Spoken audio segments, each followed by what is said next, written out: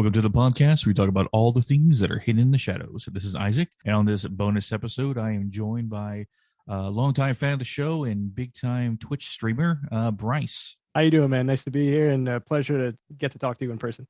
Yeah, it's all right. What is your Twitch handle? Ecrib? It's pronounced Ecrib, so ECRYB. Ecrib. That's awesome.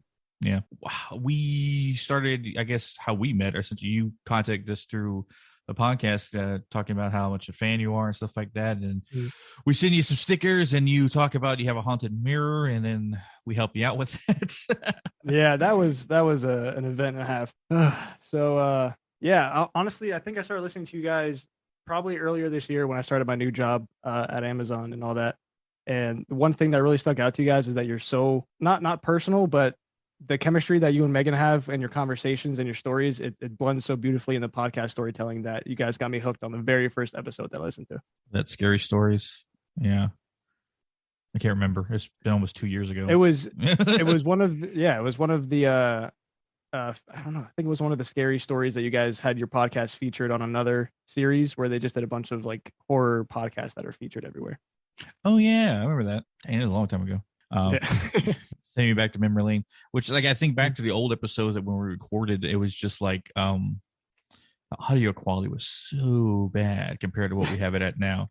But then again, we didn't know what we were doing. I'm like I bought a cheap podcasting equipment on Amazon, and I was like, this is what we do, and we found out 3 months to us recording that none of it was actually recording through microphones. It was just a computer's microphone. And I'm like, oh my God. You got to start somewhere. Well, my first webcam for streaming was a Xbox 360 Kinect. You know what I mean? Oh, geez.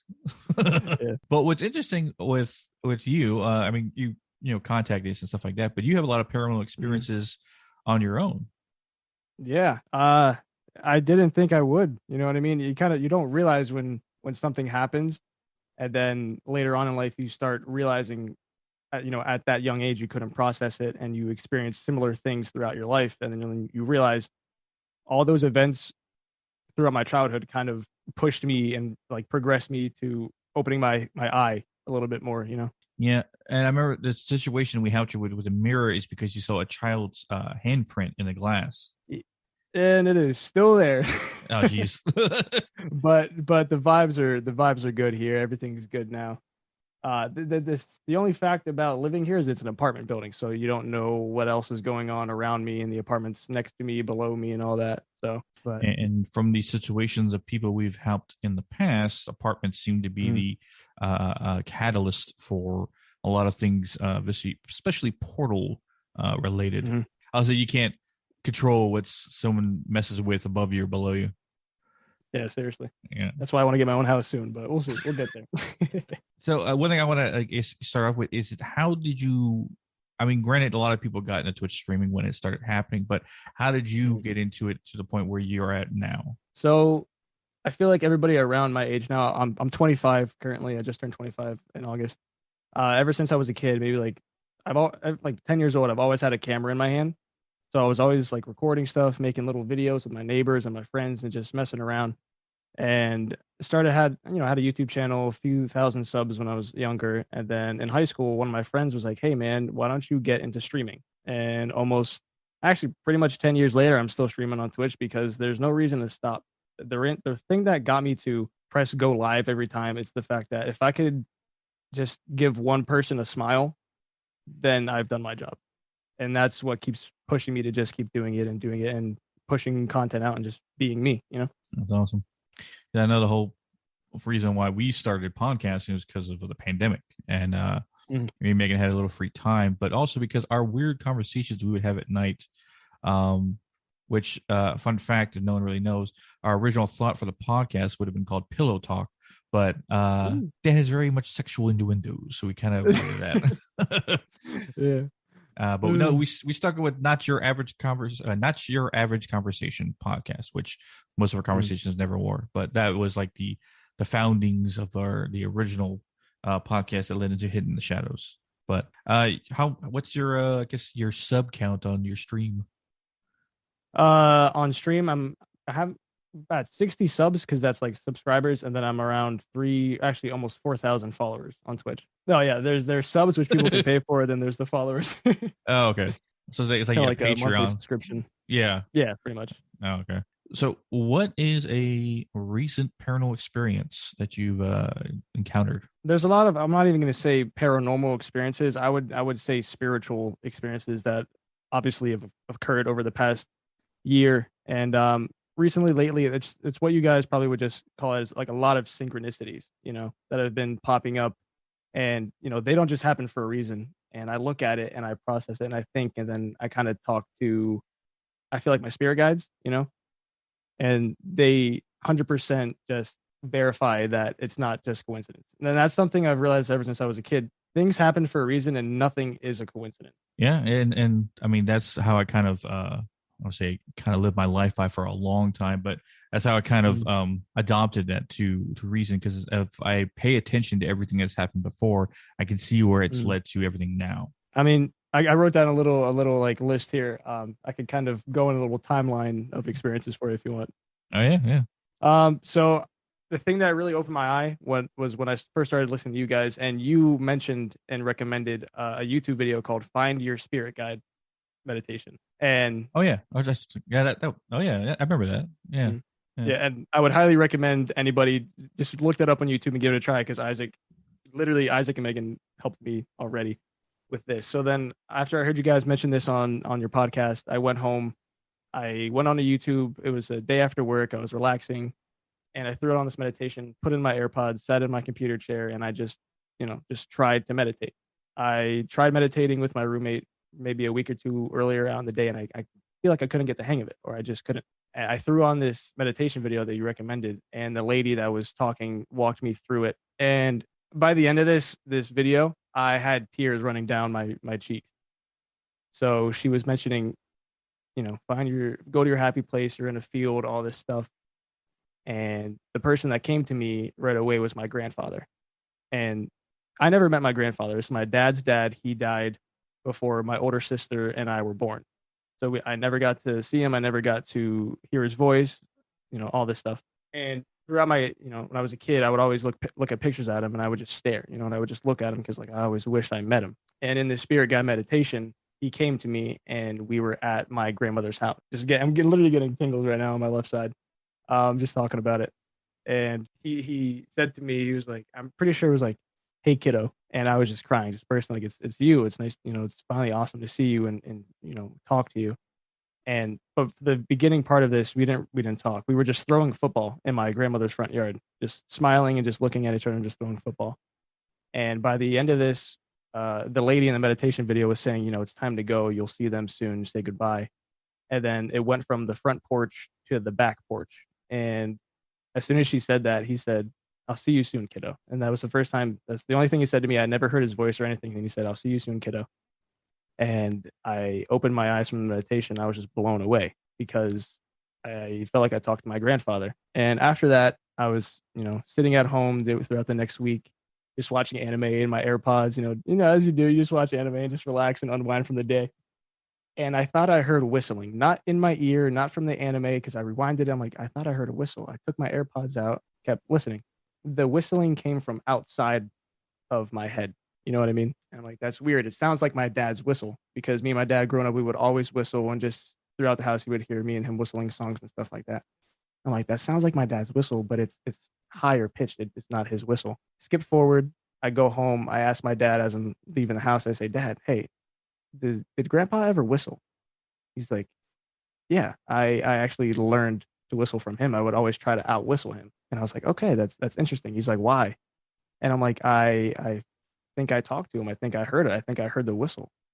And he got all teary-eyed and everything and just kind of speechless. A couple days go by. I talk to my mom and I say, "Hey, Mom, did he call people kiddo? Did he ever you say that word?" And she also went and awestruck and said, "Yeah, he said that a lot." I'm like, "Okay, all right. That's another confirmation for me to feel like, to confirm and verify this is real in my mind, and not just in my mind." A lot of crazy stuff, kiddo, all that. And that was just another thing that helped me open up to things around me and trust the universe, and just, there's something much more than we are down here on this earth. There's not just this. There's so much more, you know. And after that incident, I kind of just kept meditating and trying to talk to my spirit guides or getting to know who's watching over me and who's protecting me. And another day, I actually reached out to Megan and you guys for this because I sent like a 5-minute video and Megan and you listened to the story. And this was another day I woke up. Woke up immediately. All I heard was police sirens. From the start, I woke up. There's so many police sirens outside my apartment, driving by, all that. And that's not normal. I don't really hear that many police sirens out here, but this was like constant all day. And as soon as I heard that, I felt kind of uneasy because I was supposed to hang out with my friend Dan, and we were going to go pick up some Pokemon cards that he found on Facebook Marketplace. So from that, I was kind of excited for the day, but as soon as I heard the sirens, I just felt uneasy throughout the day. So I was going to go and pick him up and all that. So I got in the shower, normal day. I smoked a little. I don't know how you guys feel about cannabis, but I smoke a little cannabis. Nothing against it. Yeah, and I feel like it kind of opens up your third eye a little bit, or just everything around you. So I smoked a little bit. I got in the shower and I was playing music. All of my liked songs on Spotify. I know what song is playing. I know what's in every song, and I heard it because it's my liked song. And I'm just playing music off of my speaker, off my phone, and I'm in the shower, and I feel like the room kind of gets a little foggy in my mind around me, and the music dims, and then I start hearing rainfall over the music because it was raining that day. It was storming, just constant storms, and the sirens outside. So through this music, I start hearing rainfall, and then I hear tires screeching, and then I hear a voice that says, "What's going on? And just start screaming, and I hear a crash while I'm in the shower. And as this is going on, I stop because this is the ultimate fear. I've never felt this scared in my life ever. As soon as I heard what's going on, I whipped open my shower curtain, and I'm leaning down and I'm listening, and I'm like, what is this? It sounds like my dad's voice. And as soon as I hear the crash, I like panic. I get out of the shower, I grab my phone instantly, and I called my dad because I thought it was him. I thought I heard something. And mind you, all the music is still playing under all this, and I'm still hearing it, but like I hear the car crash more prominent over the music. And I call my dad immediately, and I'm freaking out. I'm like, Dad, where? I'm like, where are you? Are you okay? He's like, yeah, I'm at home. I'm sitting on the recliner watching TV, and I'm frantic. My voice is just heavy breathing and everything. He's like, are you okay? Yeah, I just wanted to check in. So after that, I hung up, called my family, and I just talking to my mom, talking to my sister. I tried calling my aunt because my aunt is the spiritual one on my mom's side that kind of helped me awaken, as many people say nowadays. And I'm just frantic about it, uneasy. And I made the decision to not go that day with my friend and not drive or do anything. And as soon as I texted him and said, yo, I'm not going to do this today, I can't, that uneasy feeling just left. The sun came out, and it was just, I was fine. I called my aunt. She helped me process through all this stuff. She's like, maybe it was a sign. Maybe somebody's trying to tell you not to drive or go out today. And that's when I sent that video to you and Megan, and you guys helped me a lot. And Megan was like, oh, maybe it's somebody or a spirit drawn to you. Literal chills as soon as I just looked over there. Okay. And she said, yeah, it's a guy. He likes you. He likes your vibes. He likes to just, he thinks you're a good person just to watch and have fun with. And maybe he was just showing me how he passed through that experience in the shower. And that really processed and helped me a lot to come to terms with what happened that day. Because as soon as I told my friend I wouldn't go, that uneasy feeling just left. I wonder, because that almost sounds something like Megan's visions that she gets when she gets a message. And I would say it's an answer to a question you never asked is the best way I would describe Megan's when she gets downloads and messages and stuff like that. Like it's an answer to a question you never asked. So that almost felt like a warning, like someone telling you ahead of time, hey, don't do this because this will happen, but not giving a context or at least whatever like that. Just give you like the sound of what would happen, but not when and where. And you're listening to your gut, listening to intuition, basically said it might have happened tonight, so I'm not going to. And when you decide to make that decision, that's when anxiety left because it wasn't going to happen anymore. So all your warning signs was disappearing because it wasn't going to happen because you made a decision not to. And that's another thing I've also really gotten into this past year is listening to my intuition and not just my gut. I've been listening to kind of that voice in my heart, you know, not the voice in my head, but the voice in my heart. I'll ask it questions like, can I go here? You know, should I, if I'm at work, like, can I put my AirPods in? Like, am I going to get in trouble if somebody walks around the corner? And if I hear yes or no, if I hear a no, I won't do it. Little seconds go by, my manager walks by. If I hear yes, I put it right in and I'm good to go. The thing about this story with the shower and the Pokemon cards, the thing is my friend that Dan that was going to purchase these cards on Facebook Marketplace, I saw this listing a literal week before and I was like, I'm not going to buy it. I can't afford it. It's a good price, but I won't. And something in my gut was like, just go with Dan or just talk to him and help him out. And somehow I kind of knew that these cards would come into my possession because a week or two goes by after he gets them. He's like, yo, man, I don't know what to do with these. They're too expensive, like the, grade and all. I'm just going to give it to you for a price. I'm like, wow. So another thing, I listened to my intuition and it ended up coming to me. You know what I mean? I wasn't stressing. I was happy that he was getting into the collection side of it. And I was kind of jealous, but the more prominent feeling was that it'll work out, No, and that's just it. I'm not saying everyone does, but most people do. But I'm wondering if you might have some form of a psychic ability of some kind of intuition stronger than most people, because most people get a message here and there. But if you're paying enough attention, and you've already made a connection to the spirit guide, making the connection to one of your spirit guides, just one, is almost difficult enough for anyone. Those who are more inclined to the other side, the connection to the ether, kind of like me and Megan and other psychics on our team have. It's a lot easier because we have that more connection going forward and stuff like that. But with you, it seems like you already made contact with just one session. So I don't know, give that information to Megan. Maybe she can help you get stronger with some possibility of a gift. I feel like I've always experienced not to put a lot more on your plate, but no, man, I'm ready for it, dude. Ever since I was a kid, I've always kind of been, I don't know, it sounds weird, but drawn more into like the magical side of things. And I've always noticed the very small detail of just the world, and everything is more colorful and vibrant when you just kind of look at it at a mind's eye and thinking, what's the best thing that could happen? Because when I was a kid, I got deja vu, and I kind of thought this was a normal thing for everybody because how frequently it happened to me. I literally thought everybody else experienced deja vu like that. I got it literally. It's gonna sound weird, but just too many times, something like, oh, I feel like I've known this before, and it's kind of like a version just like smacks into me. You know what I mean? When it happens, it's just like, boom, I've been here before. I've seen this. I've experienced this, and it's never kind of thrown me off or scared me, but it's always just been these feelings of deja vu that have occurred a lot. And I mean like a lot. Deja vu is a weird thing. I know I talked about in the episode before when I used to have these like almost seizure level episodes every time I would experience deja vu. But to me, after just getting older and getting more aware of what's going on, let's pay attention to when it's happening, I can focus on the mental pain, and I get to see what I'm seeing, which is like a memory, or at least a memory of someone that's not me, or an alternate version of me, which led me to think that I was peering into an alternate reality, and us colliding is where I got the information from. When some people, debate on what deja vu is to begin with, it's like a misplace of the mind. Your short term is not sending the full signal to your long term at the same time.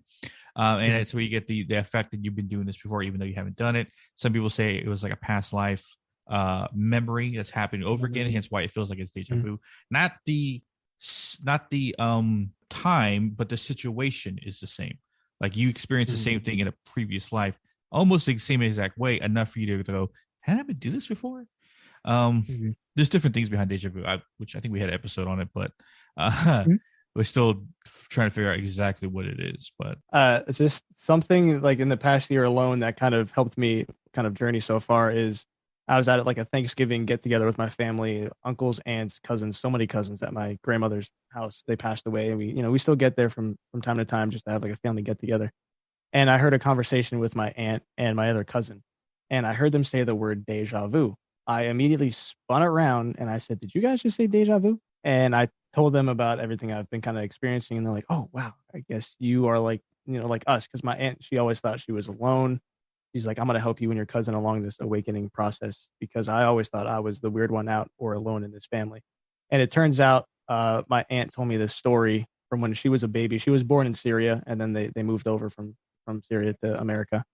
When she was still a baby, my grandmother's mom, she was holding my aunt in her arm, and she's like, she has a gift, and she told my grandmother, her daughter, she's like, do not expose them to this lifestyle. Do not, do not let them use this stuff or this gift or anything, And it turns out like it's kind of passed down from my aunt, and all this throughout the family to me and my other cousin, because we've experienced this stuff since we were kids, and we kind of just thought it was normal, or we thought we were weird, or we thought we were just not.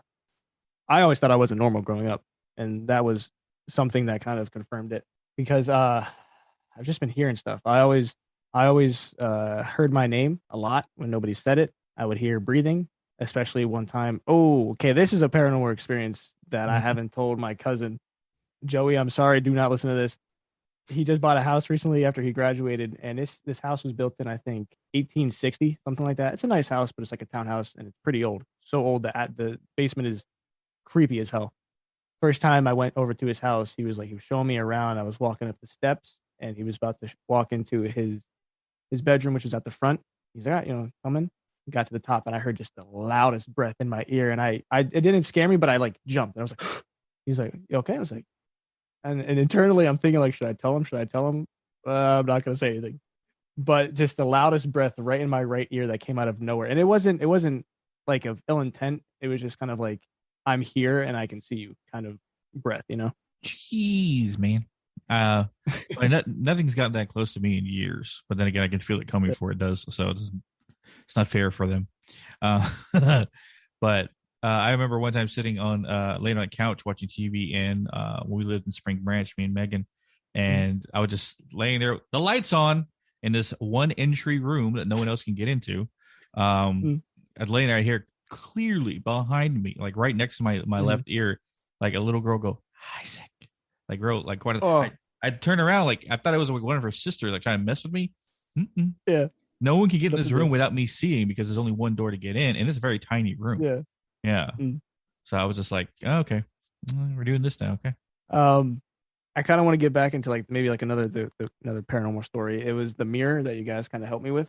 Yeah. So I moved into this apartment last August, not this one that just happened the previous August. It's been a year that I've lived here now, and I have a mirror hanging up on my closet door, and this was time ago. When I moved in, I had my cousin over, his girlfriend, and my sister came over.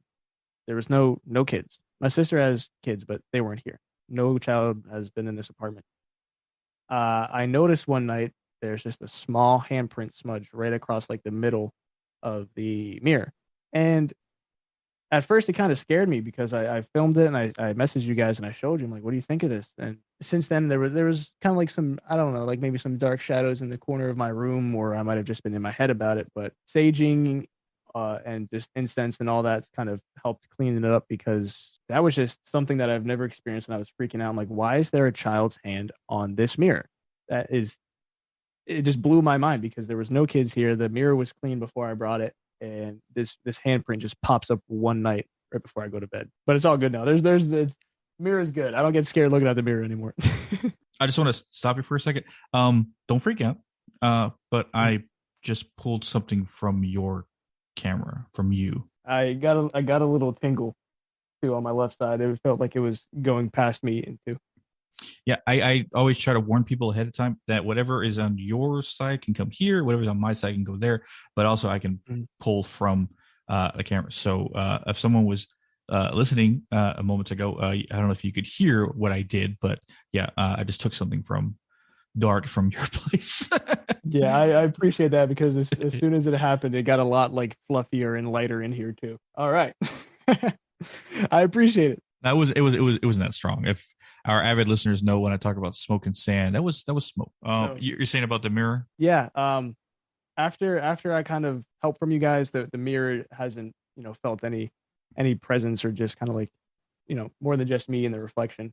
Same thing with the other mirror in my bathroom. Whenever there's water running, because I feel like water is a conduit. Whenever the mirror, if I'm looking at it, it gets a little blurry around me, or things start moving. But that was before and hasn't happened since. But another experience that I just want to mention is one time I came home from work. I was having a long day. I just wanted to take a quick nap. Laid down, and in this dream, I was in my apartment, and I was in the kitchen. God, this is another story that has another story before it. So I had a friend over. He brought a friend with him, and this was the first time in the apartment, and she told me she walked into my bathroom, and I heard like a little yelp. She got a little like freaked out in there, and she came out, and she's like, there's something in the hallway, because we started getting into a little spiritual conversation. She's like, there's something in the hallway. It's the bathroom. It's the shower curtain. And since that happened, I've always kind of felt a presence here or there, in that bathroom. And after she told me this, I took a nap one day, and I was in my kitchen, and I said before I laid down, I'm like, all right, you can talk to me if you want. I'm gonna take a nap. Talk to me. You can talk to me in my dream. I go in my dream. I'm in my kitchen, and I'm like, all right, I'm here. Say whatever you want to. And I peered into the hallway, and I heard like a growl come from the bathroom, just like a low little rumble growl. I'm like, oh, cool, I got something. You're talking to me. Come on out. You can say whatever. And out of this hallway it's gonna sound weird, but this is also I've heard is like my interpretation of it. It's like a big brolic demon devil thing with big horns. It was black, or no, it was red, and I was like, what are you doing here? What's your name? And it said like, I'm not gonna say it, but it was like some weird name that I looked up and I couldn't find anything. But I'm like, what are you doing here? Why are you watching over me? And he's like, I'm just here. I'm like, is it good or bad intent? He's like, either. I'm just, like, we'll see. And I was like, okay, and in this dream, as soon as he was like, it's neither good nor bad, I'm just here to like watch and all this. As soon as that happened, the door opened, and my roommate walked in this dream, and as soon I looked at him, I was like, oh shit. And as soon as he walked in, I looked back at this demon thing, and it took form of my friend, who I'm not hanging out with as much anymore. And it kind of makes a little sense, and that I kind of woke up from that. I'm like, okay, that was maybe a sign or like a realization, space myself out, That was just a crazy dream that in the time made no sense, But now that I've experienced the things I've experienced, the things kind of came together, and I understand what was meant for me to take away from that conversation in that dream. Yeah, because I would take that as a bad sign if I saw that thing, but yeah, but no, but like I there wasn't any bad vibes from it. That's another thing I want to talk to you later about that. But there wasn't any bad senses from this thing, because in my dream I was happy, I was smiley, how I normally am, just talking to this big thing, this big demon thing, and it was very concerning in the moment, but I wasn't scared, when it like showed itself to me. Yeah, most people would shit their pants. It's the sight of such a thing. That's another question for you. Can the dark side, is that just pure evil? You know what I mean? A lot of people want to debate and say otherwise, but I always say yes. Anything considerably dark, considerably evil it's a such thing. And it always comes with the question I've been asked about what I do. And of course, all too well. And whoever listens to this episode without listening to other episodes is kind of weird if this is your first episode listening to the podcast. But everything that charges my right hand is essentially evil. And I explained this. I can't choose which hand or what the entity charges, my left or my right. It just happens. What the entity is what it charges my right hand. So if you charge my left hand, you're on the side of light. You're a good entity. If you charge my right hand, you're on the side of darkness. Whether you're just an a-hole or a high king of hell, it doesn't seem to matter. If you charge my right hand, that's the situation. You are on the dark side of the spectrum, on the negative form of energy. And everything so far that I have pulled off the plane that has charged my right hand, I have put, in course, into the infamous ring that I talk about in the Shadow Walker Part 3 episode. And everything that I've asked, because I can go into the ring and ask, what were you doing there? What did you want with that person? So forth and so on. And they always give me greedy, selfish, or narcissistic reasons of why they were there. I wanted their power. I was attached to them. I was imprisoned by a dark witch, blah, blah, blah, blah. This and that is always a negative reason. It's never was like, oh, I was there beyond my will, or I was trying to help him out. No, it's never anything nice. And then symbols of evil and stuff like that, or anything that's considered dark, is always dark, whether it's saying it is or it's trying to manipulate people and thinking it's not. And demons are always the ones that we're trying to essentially trick people and convince them and manipulate them to allow them in. And once they're in, then they take over. In a long roundabout, yeah, anything considerably evil is evil, and there's no changing it. I always say that is that a person can be reason. A person can change through time, but these things are frozen, and time is no relevance to them.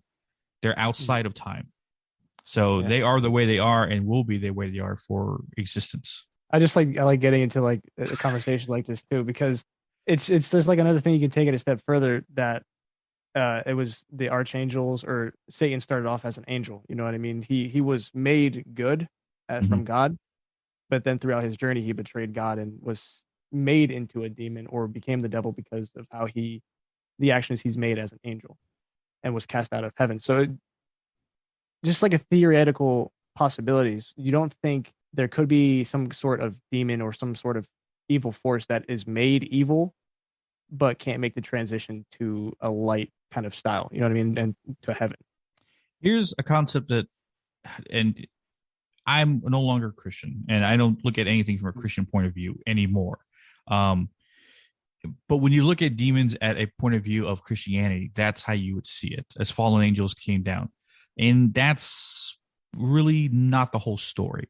The angels that fell with Satan down to earth, essentially, is where hell is. This is hell. Not our earthly plane, but the other dimension outside on earth is same time. So if you think of hell as not a place, but another dimension, essentially, it helps concept it more. You're right. You're like blinking really hard. Yeah, I heard my name, and then kind of like a push. You know what I mean? It was weird. All right. What I've learned is that demons, or the creatures portrayed as demons, have been in every form of religion in every culture across the entire world. Before Christianity even claimed to even say what demons were, the entity, the creature, the demon that they are, have existed on the planet longer than man has. When Satan fell to earth and brought a few of them with him, those angels were corrupted and changed into more demonic creatures, which probably is the reason why you have some higher level demons, because they have more power versus, say, the average demon, stuff like that. And that's why Satan essentially became ruler. This is my theory. I don't know if there's any facts behind it, but essentially why he became the ruler, because he still had the touch of God when he fell. Hence why he could rule them, because he had that light still within him to basically not change the demons, but basically control them. He could say, I'm in charge now. And they're like, no, you're not. And they pick a fight, and they're not going to win. And that's how he became ruler. Granted, he became the corrupter and the most corrupted by everything that you've ever heard. But that's what I've learned, discovering in studying other religions and studying other forms of spirituality, and learning and starting demonology at that too, when it comes to everything. But it seems that there's a hierarchy and there's a lot more levels, and some of these demons have been around long time, long before Lucifer fell from heaven and stuff like that. So the idea of an angel switching back from demonic to say from a demon to an angel, I don't think it's been too long for them to go back, and if they have, they most likely already did. And you probably never heard of it. Who knows what's going on in the spiritual realm other than what we're told? Yeah. That's just something that just blows your mind. Yeah, literally. Yeah. Another thing after this, can you go into the ring and ask that smoke what it wanted with me, and why it was just kind of following me around or whatever? Oh yeah, I can. That's the most recent thing I put in there, so it's closest to the door. I call it. It's not an actual door, but it would be the first entity in there when I go in. Like how I talk about the mind forest when I. By the way, I would like to see what's in your mind forest. I was just gonna tell you about it too. That's the funny thing. Everyone, like I said, everyone's foliage is different. Everyone's what's in there is different, stuff like that. So I don't. With yours, it might not be so dark. It might have maybe one or two things in there. Who knows? But no, it's the same concept. I go in there into not the ring's mind forest, but essentially what would be interpreted as. So I can see what's inside. And yeah, it would be whatever I pulled would be the closest to it. So to the mind forest thing, what I kind of, in my mind, what I know the mind forest as is literally my happy place. Because whenever I thought of this place throughout my childhood, I just got that big burst of dopamine, that big relaxing, calming feeling. You know what I mean? And ever since I was a kid, I didn't know what it was, but I thought it was just my happy place to calm me down, and the surge of dopamine all over my body and just instant happiness. You know what I mean? Whatever, instant gratitude, instant love. And ever since I was a kid, and I kind of this happy place. You know, Yoda's tree. Yeah. It was literally Yoda's big tree, but it's this massive tree with kind of like opening, kind of like a dome. And as you go down, it kind of gets closer, like steps and all that, kind of like a little fairy folk kind of village. But it's just this big, massive tree that I always went to as a kid in my mind that would just ease me instantly. And I mean instantly. Now, your dark side of your mind force is different from the light side. So if I were to take your right hand, that's dark side. That's what you try to hide, not what's exposed. As I go into the left side, it's not much of a forest, it's more of a field. Very open, very everything there. And so far, everyone when I take their left hand and look into their light side of their mind, they're always standing there with someone. The significance of that person, I'm still trying to figure out. Because with, let's say, Megan, it's our son. She's standing there with our son. With Mike, who's also on the psychic team, his light side, he's standing there with one of his dogs that passed away. With our other Megan on the psychic team, she's standing there with her son. So it's not necessarily who you love the most, but it's almost like whoever I get. Like I said, not a companion thing. I still can't figure out myself why a specific person is on your light side of your mind with you. So someone would be with you. I couldn't tell you who it is, and so I go and see. So I mean, you can guess all you want, but we don't know until I can see. Yeah, well, that's this thing that my happy place was just kind of like a big open, kind of like an open fieldish with this big, massive tree right in the middle, and it's something I've never seen or I've never like experienced in person, but it was ever since I was a kid, 5 years old, 4 years old, I would go to this in my mind, and it was just instant happy place. So after I did the spirit guide meditation, you know, I got into this routine of putting on, you know, certain Hertz music to just lay down and meditate to. And there was one day where I was laying in bed and the sun's out and all that. And this was when that darkish feeling was still here. I feel like I cast it away, or I cast it away, and I don't even know how to say cast away, but it was gone. And as soon as I'm laying there meditating, I'm like, okay, is there anybody else here? And just, I'm like, I'll pass you over. You know what I mean? A long line of people kind of formed next to my bed, and I feel like I crossed over an old lady. And as she was going, she was like, thank you and all this, and just literal tears going down my face as I'm laying in bed.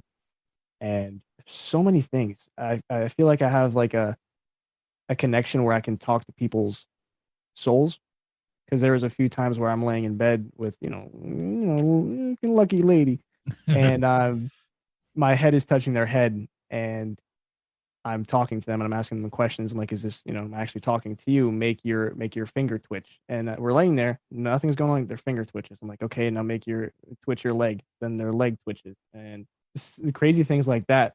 That I'm like, this can't be happening. I'm like, I feel like I'm talking to them, but I'm getting these confirmations that as soon as I'm thinking, their thumb, their leg, their foot, their arm twitches. And then I wake up and I'm like, they're like, you okay? I'm like, did you just, I'm like, did I just talk to your brain? She was like, what? And we fell back asleep. But crazy things like that. I am very empathetic with people, because I can meet people, and this happens at work too. I'll just work a job with them, and I'll introduce myself, and they will literally instantly vent to me and tell me their life story without me talking, or like just asking about them. And that's something I've always kind of experienced so far, because people, it might sound weird, but I feel people's attention draw to me when I'm in public. And wherever I walk in a room, I feel people instantly just, their energy just kind of shifts towards me, And my mom, she told me, this was a few months ago when I was listening to a true crime podcast, and that's when my vibe was kind of a little lower. My mom, she told me, she's like, you need to be careful what you listen to. You need to be careful what you go through, because you're an empath like me, like my mom. She's like, you just need to be careful because you feel things so much more than normal people do. And I'm like, okay. I mean, that makes sense, But yeah. You say your mom was an empath? Yeah, she's very empathetic towards people, and I never really knew, but she's always smiley, and she is the strongest woman that I know. My mom, and my father's the hardest working man I know, but my mom has been through a lot, and she's so strong and always smiling, and that's something I took from her growing up. I think Megan was not looking at you directly; she's more looking around you. But I'm going to ask her to look directly at you one time and see if she can pick up on any abilities from you and your bloodline. Awesome. That'd be awesome. Or even to speak to your spirit guides. Have you? I know you earlier you were talking about how you're talking to your spirit guides, stuff like that. But I know everyone usually has 3. Some people have 4. But has one of them given you their name? I just got. I don't know why, but I just got the word Frank. Like feeling, just got a feeling burst in my shoulder and Frank. But I feel like my 3 spirit guides are my cousin Matt, my grandfather, and my grandma.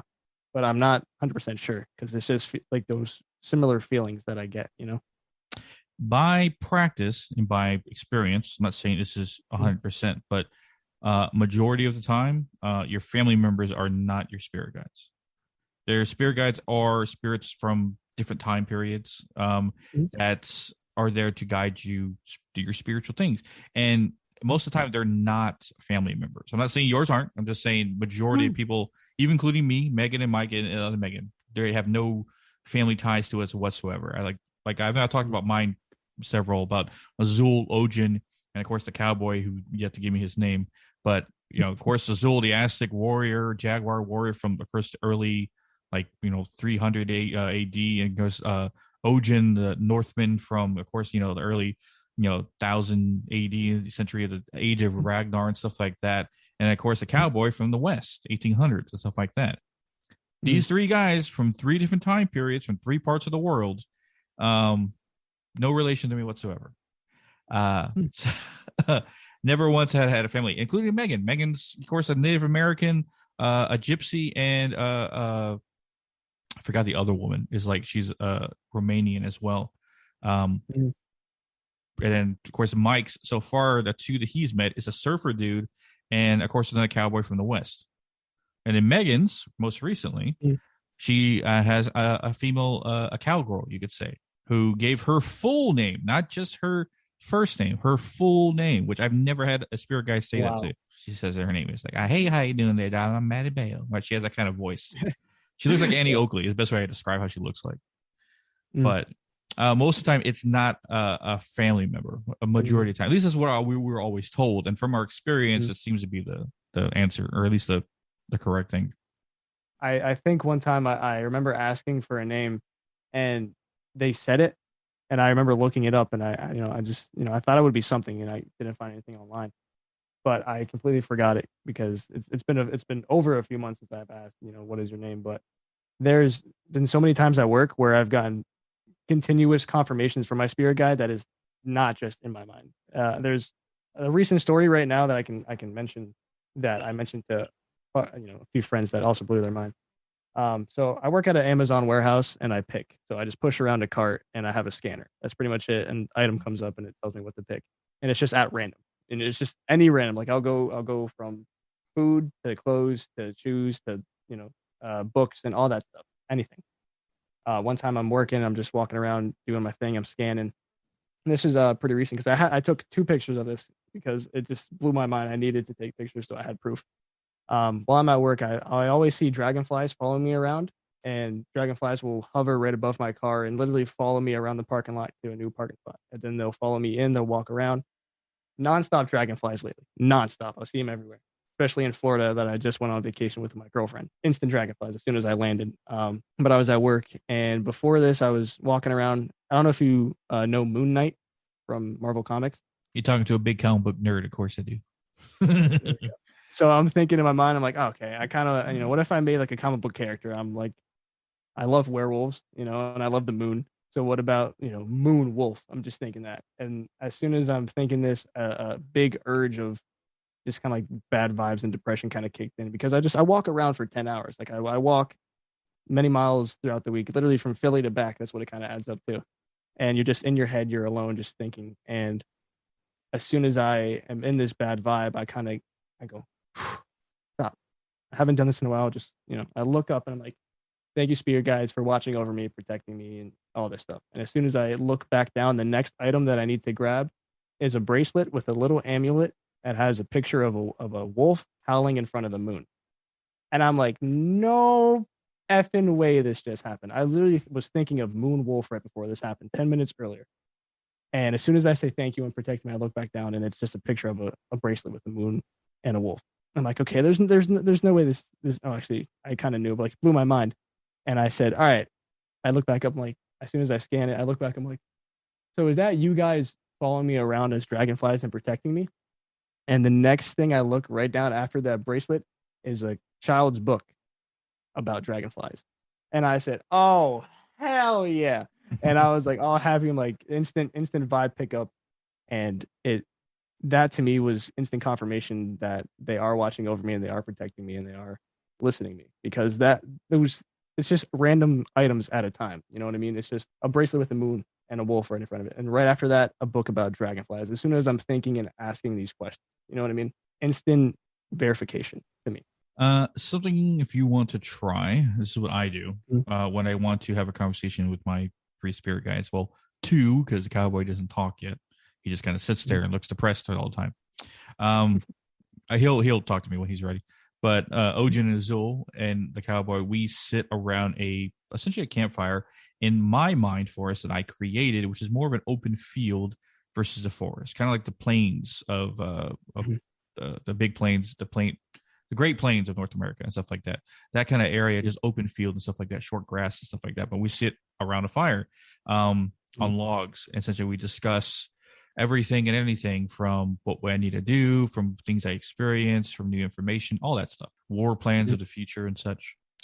That's how I communicate with them very directly. And I do this in a meditative state. And it's the best way I can see them clearly. I see them when I'm talking to them, what they look like. I've seen their faces. Well, two of their faces, like the cowboy, I can really see his lower chin because he's always looking down with his hat. But I always picking on him. He'll talk when he's ready. But I would say I'll give that advice to you. Try next time in a meditative state to find a meeting place, your happy place, essentially. Sit around a table or whatever feels comfortable and talk to them. Maybe they'll show their faces. Maybe they'll be more clear of exactly who they are. Not saying that your cousins and your grandfather and stuff like that aren't around you, let's say protecting you, but always around. Yeah. But you have Pacific spirit guides who are assigned to you to guide you on your spiritual journey. And that goes to anyone who's listening. Yeah. It's like this, ever since I started listening to you guys, this past year has just been very life-changing. Because before I moved out, I made a TikTok. This was around the pandemic. I'm like, do things feel off to anybody else? And that was around the time of like that great awakening that kind of occurred. And moving into this apartment and taking this new job was very quick. It was very sudden. And I never took a leap of faith like this, and everything along the way that's happened, I know has happened for a reason, because this is just kind of the beginning, Yeah. The Great Awakening, or that actually was a terminology used back in the 1700s, I think. I can't remember when. Early 1900s. I don't know. I remember seeing that book in school, high school. I don't remember. Anyway, I feel like more people are becoming more aware of their spiritualness, you would say. And some more psychics are being awoken because of that, because a lot of psychics are shunned for their abilities, or at least told not to do so because it's considered evil or not right or not of God or whatever. So they kind of ignore it, or at least close themselves off to it altogether. Or it's not of the norm. Like you're seen as a weirdo if you do so. So a lot of people more. In fact, I guess the point I'm trying to get across is that the more that it gets accepted, the more that's going to start, not to say being mainstream, but a lot more people are going to start being more in tune to the ether and the other side and able to communicate. What I hope happens at the same time is the same thing I've hoped for since I got into the paranormal, is that I hope that science tries its best to start accepting the idea of the paranormal and trying to invent technology to view it properly, study it properly, and learn as much as we can from it.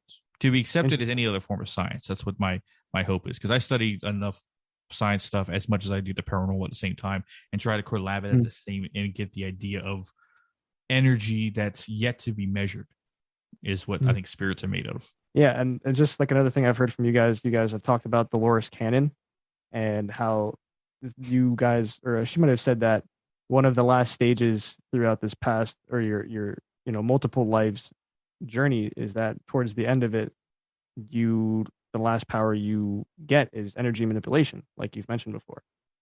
And I did make a TikTok one time where I put an incense down and I lit it, and I just focused on this incense. And I don't know if you've watched it or if you and Megan have watched it, but there's a split second, and I was recording for a good 8-10 minutes, but I'm focusing in this straight line as incense goes up, and as soon as my attention cuts away, the incense just cuts. You know what I mean? And just goes back to whatever. And it's just crazy things like that around me. Very staticky, very staticky. At work, my arms get up, hairs go everywhere. I'm static against everything. It's been a crazy year so far, and I appreciate your and Megan's help to kind of help me guide me through all this, and everybody else out there. Yeah, well, exactly what we're here for. And I always tell people that listen to us that if they're ever in need of help or guidance or at least advice on anything, they can easily message us. We're not hard to reach. Time is almost up, but I do appreciate you coming on and the conversation we had today. Had a lot of course, man, eye-opening for a lot of people to listen, and also more get to know you on that level. I guess anyone else who's a fan of ours and a fan of yours, that'd be interesting to meet that person. I'm assuming there's a couple. There has to be, just by chance and ratio. But to hear that side from you, I guess your side when it comes to spiritualists and stuff like that. Yeah, I still got many experiences, which is very crazy because it has seemed like a lot and a lot to take in, but there's so many small things that I've noticed throughout the year, like a lot of synchronicities that do line up with personal thoughts and reasons and all that. I want to thank you and Megan seriously, because what you guys, it goes way bigger than you guys ever initially imagined it would be. You know what I mean? You guys are helping and changing so many people's lives already, and you guys probably don't even realize it, right now. Yeah, we don't, because they don't talk to us. Guys, hit them up on Instagram, okay? Yeah. And TikTok at Hiddenintheshadowspodcast. Or is that Twitter? That's Twitter. Hiddeninthepodcast 2 on TikTok, which we didn't pick that name, just so we auto-generated. But where can everybody find you? You guys can follow me and hit me up on Twitter, Snapchat, Instagram, everything, and Twitch, YouTube. Everything is eCryb, ECRYB. And another thing that everybody probably loves about you guys is it's not an episode if Megan doesn't go yeah at the end. So I'm gonna do it in her place for you when you do the outro. Yeah, you can. She'll probably laugh at that. It's funny. But as always, guys, you can catch our social medias at Hidden in the Shadows Podcast on Instagram, Hidden in the Shadows 6 on Twitter, Hidden in the Podcast 2 on TikTok. Our links to all our social media are always listen to us at hiddenintheshadowspodcast.com. But as always, guys, we'll catch your weirdos in the next one. Yep.